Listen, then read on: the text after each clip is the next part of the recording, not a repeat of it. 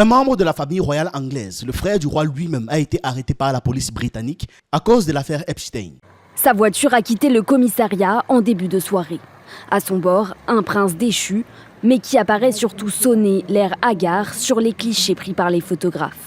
Déjà accusé d'agression sexuelle, Andrew est désormais accusé d'avoir transmis des informations potentiellement confidentielles au pédocriminel Jeffrey Epstein lorsqu'il était envoyé du Royaume-Uni pour le commerce international entre 2001 et 2011. Son arrestation est accueillie avec soulagement par un certain nombre de Britanniques. Oh mon Dieu, il a été arrêté? Je ne savais pas. Je suis tellement contente. Tout le monde doit être tenu pour responsable, que vous soyez un citoyen lambda ou de la famille royale, peu importe. C'est une très bonne nouvelle. En déplacement à Londres, le roi Charles III, qui avait privé Andrew de ses titres il y a quelques mois, est interpellé par la foule. Comment vous sentez-vous après l'arrestation de votre frère? Dans un communiqué, il a indiqué que la justice devait suivre son cours. Depuis son avion, le président américain Donald Trump, lui aussi mis en cause pour ses liens avec Jeffrey Epstein, a réagi à cette arrestation. Je pense que c'est une honte, je pense que c'est très triste. C'est tellement mauvais pour la famille royale, c'est très très triste. Jusqu'ici, Andrew a toujours nié toutes les accusations contre lui. C'est la première fois depuis 1647 qu'un membre de la famille royale britannique est arrêté. Avant de continuer, je vous rappelle qu'Holacraft est disponible. Vous y trouverez ma formation YouTube, mais aussi des formations en dessin, montage vidéo, création de bandes dessinées, de miniatures et des techniques d'animation utilisées par les grands studios. On ajoute régulièrement de nouveaux contenus, notamment en programmation d'applications comme Netflix ou Shazam, pour vous aider à développer des compétences vraiment valorisantes. Le site évolue chaque jour. Les paiements sont déjà disponibles en Afrique. On travaille à intégrer les systèmes occidentaux. D'ailleurs, si vous pouvez nous aider en ce sens, contactez-nous. Voici le mail et le numéro. Le lien du site est en description. Revenons au sujet. Le 19 février 2026, le jour de ses 66 ans, dans le jour de son anniversaire, Andrew Mountbatten Windsor est arrêté par la police britannique au domaine de Sandringham, à Norfolk. Pour rappel, c'est l'ancien prince Andrew, le frère du roi Charles III. Ce détail n'est pas anodin. Être interpellé le jour même de son anniversaire sur le domaine royal par les officiers de la Tyne Valley Police est une scène que personne n'aurait imaginée il y a encore 10 ans. Quel est le motif officiel? Une faute dans l'exercice de ses fonctions officielles. Andrew aurait abusé de sa position en tant qu'envoyé spécial du Royaume-Uni pour le commerce international entre 2001 et 2011. Plus précisément, il est soupçonné d'avoir transmis des documents gouvernementaux confidentiels à Jeffrey Epstein. Les éléments déclencheurs viennent des déclassifications massives des Epstein Files qui ont été publiées par le département de la justice américaine en début 2026. Ces documents montrent des échanges d'emails où Andrew aurait partagé des rapports sensibles, c'est-à-dire des rapports sur l'Afghanistan, l'Asie de l'Est, la crise financière islandaise et parfois quelques minutes seulement après avoir reçu lui-même ces informations. Des réunions confidentielles issues du Trésor britannique, des notes diplomatiques, des opportunités d'investissement, tout un large panel d'informations. Des informations que Jeffrey, financier déjà controversé,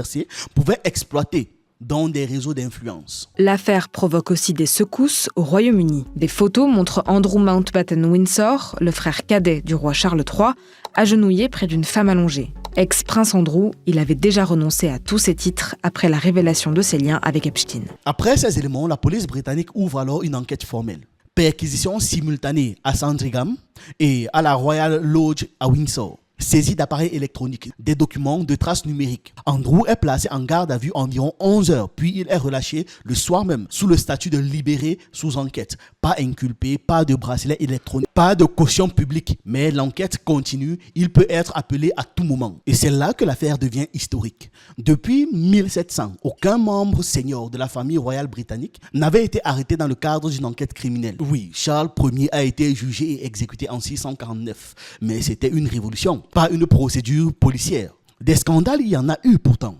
Par exemple, l'excès de vitesse pour la princesse Anne, des soupçons du duc de Windsor, l'affaire médiatique avec Sarah Ferguson. En 1986, le monde entier découvre une jeune femme pétillante, joyeuse, pleine de vie. Son mariage avec le prince Andrew est célébré comme un souffle de modernité dans une institution, souvent perçue comme figée et distante. Fergie apporte de la chaleur, de la spontanéité, de l'authenticité. Elle est celle à qui le public peut s'identifier, celle qui ose être différente. Mais très vite, le rêve tourne au cauchemar. Dès 1992, les scandales éclatent. Des difficultés financières s'accumulent, des rumeurs d'infidélité circulent, et les tabloïds britanniques se régalent. Les photos compromettantes avec le financier John Bryan en 1992 marquent un tournant irréversible. L'image de Fergie bascule définitivement. Le divorce est prononcé en 1996, mais contre toute attente, Sarah et Andrew ne se séparent jamais vraiment. Voilà ce qui rend cette histoire si particulière. Pendant près de 3 décennies, Sarah Ferguson et le prince Andrew ont continué à vivre ensemble au Royal Lodge, formant ce qu'ils appelaient eux-mêmes le couple divorcé le plus heureux du monde. Cette situation exceptionnelle, unique dans l'histoire moderne de la monarchie britannique, était rendue possible grâce à un accord personnel avec Andrew et à la tolérance de la reine Elisabeth. Mais avec l'arrivée du roi Charles sur le trône, les règles ont changé. Le nouveau monarque a une vision claire pour l'avenir de la couronne, une vision qui n'inclut pas les arrangements confortables du passé. L'ombre de Jeffrey Epstein plane toujours sur Sarah Ferguson. En 2011, elle a accepté 15 000 livres sterling de la part d'Epstein pour rembourser une partie de ses dettes. Cette transaction, qu'elle a par la suite profondément regrettée, continue de hanter sa réputation. Lorsque des courriels prouvant une correspondance continue avec Epstein ont refait surface cette année, plusieurs organisations caritatives ont immédiatement rompu leurs liens avec elle. Le Guardian a révélé que certaines de ces organisations avaient reçu des pressions du palais pour prendre leur distance. Sarah Ferguson n'est plus seulement une ancienne duchesse endettée, elle est devenue une responsabilité médiatique, un risque pour l'image de la monarchie. La gravité juridique est potentiellement énorme. La faute dans l'exercice d'une fonction publique est un délit de common law qui peut théoriquement, je dis bien théoriquement, mener à une prison à vie. Dans la pratique, les peines vont plutôt de 2 à 7 ans de prison selon la gravité du préjudice prouvé. Mais même une condamnation symbolique serait un séisme institutionnel terrible. Car ce dossier ne parle pas seulement d'Andrew, il parle d'un système. Il pose une question fondamentale. Est-ce qu'un membre de la famille royale est-il réellement un citoyen comme les autres face à la loi? Bon, on connaît la réponse et c'est clairement non. Charles III a pris ses distances immédiatement. Il a dit que la loi doit suivre son cours. Buckingham Palace n'avait même pas été prévenu à l'avance de l'arrestation de Andrew. C'est un signal fort. L'institution ne protège plus ouvertement. Et j'insiste sur le mot ouvertement. Mais derrière cette posture, la monarchie vacille. Les sondages montrent déjà un soutien tombé en dessous de 45-50%. Les campagnes républicaines reprennent de la vigueur. On parle d'une monarchie réduite. Andrew a déjà perdu ses titres et ses patronages en 2022 et a été évincé physiquement de Windsor en début de février 2026. Il a été relogé à Sandringham justement. Donc l'isolement, il est formel. Et pendant ce temps, les survivantes liées à l'affaire Epstein parlent d'un effet domino. La famille de Virginia Giuffre, décédée en 2025, évoque une forme de réparation morale. Personne n'est au-dessus de la loi, c'est ce qu'ils ont dit. Mais soyons lucides, est-ce que Andrew ira réellement en prison? L'histoire moderne montre qu'aucun roi seigneur, aucun membre de la famille royale d'un certain statut, d'un certain grade, d'un certain niveau n'a connu la détention. Les affaires se règlent souvent par classement, par arrangement ou par discrétion institutionnelle. Même si le contexte a changé, MeToo, transparence, pression médiatique mondiale, déclassification massive, l'élite occidentale est scrutée comme jamais, mais je doute très fort que ce gars aille en prison. Même si au fond cette affaire dépasse Andrew lui-même, vu que ça révèle d'une fracture plus profonde, celle entre la tradition de la monarchie et la soi-disant existence d'une égalité devant la loi. Si même avec les riches ça ne marche pas, combien de fois avec la noblesse? Maintenant, essayons un peu d'entrer dans le cœur du dossier. Parce que si cette affaire a explosé en 2026, c'est à cause d'un élément précis, la déclassification massive des dossiers Epstein sous l'administration Trump, des millions de pages publiées par vagues, des emails, notes internes, correspondances diplomatiques et au milieu de tout ça, des échanges entre Andrew Mountbatten Windsor et Jeffrey Epstein. Les documents évoquent donc plusieurs partages sensibles.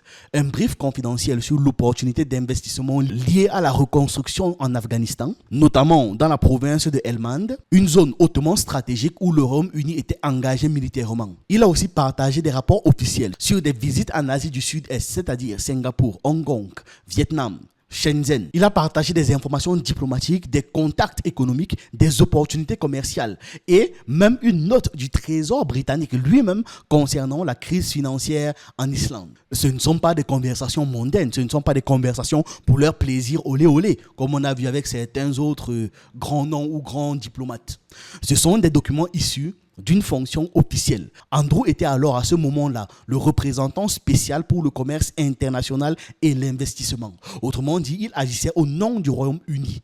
Si ces informations ont été transmises à Epstein, la question est, À quelle fin? Epstein pouvait utiliser ces données pour renforcer ses réseaux financiers, attirer des investisseurs, notamment à Abu Dhabi, comme le suggèrent certains mails, ou alors à consolider son influence auprès des élites internationales. Tout est possible. C'est là que l'accusation de faute dans l'exercice d'une fonction publique prend donc tout son sens. Ce délit vise précisément l'abus d'une position publique, d'une position en tant que fonctionnaire pour un avantage indu au détriment de l'intérêt général. Ce n'est pas une question morale, c'est une question d'État. Et l'enquête ne se limite pas à Andrew. D'autres noms apparaissent dans le fichier. Peter Mandelson, l'ancien ambassadeur britannique aux États-Unis, il a aussi fait l'objet d'investigations pour des échanges de mémos financiers avec Epstein pendant la crise de 2008, la crise des subprimes. Sarah Ferguson est mentionnée. Tony Blair apparaît dans certains contextes relationnels sans accusation directe pour l'instant. Mais l'onde de choc touche l'élite britannique sérieusement. C'est ce qu'on appelle un effet domino. Du côté des États-Unis, les réactions sont politiques et Donald Trump parle de honte, mais insiste sur le respect de la loi. Des démocrates rappellent que si un membre de la famille royale peut être arrêté, si un royal peut être arrêté, un président peut aussi l'être. Dans le Commonwealth, l'affaire nourrit des débats républicains en Australie, au Canada et dans certains pays caribéens. L'image du Royaume-Uni post-Brexit est fragilisée. Une monarchie perçue comme opaque devient diplomatiquement vulnérable. En interne, la famille royale adopte une stratégie de distanciation froide. Des rumeurs circulent même sur un retrait possible de sa ligne de succession. Il y a aussi des idées sur un exil discret à l'étranger. Bref, rien d'officiel, mais la logique institutionnelle est évidente. Protéger la couronne avant tout.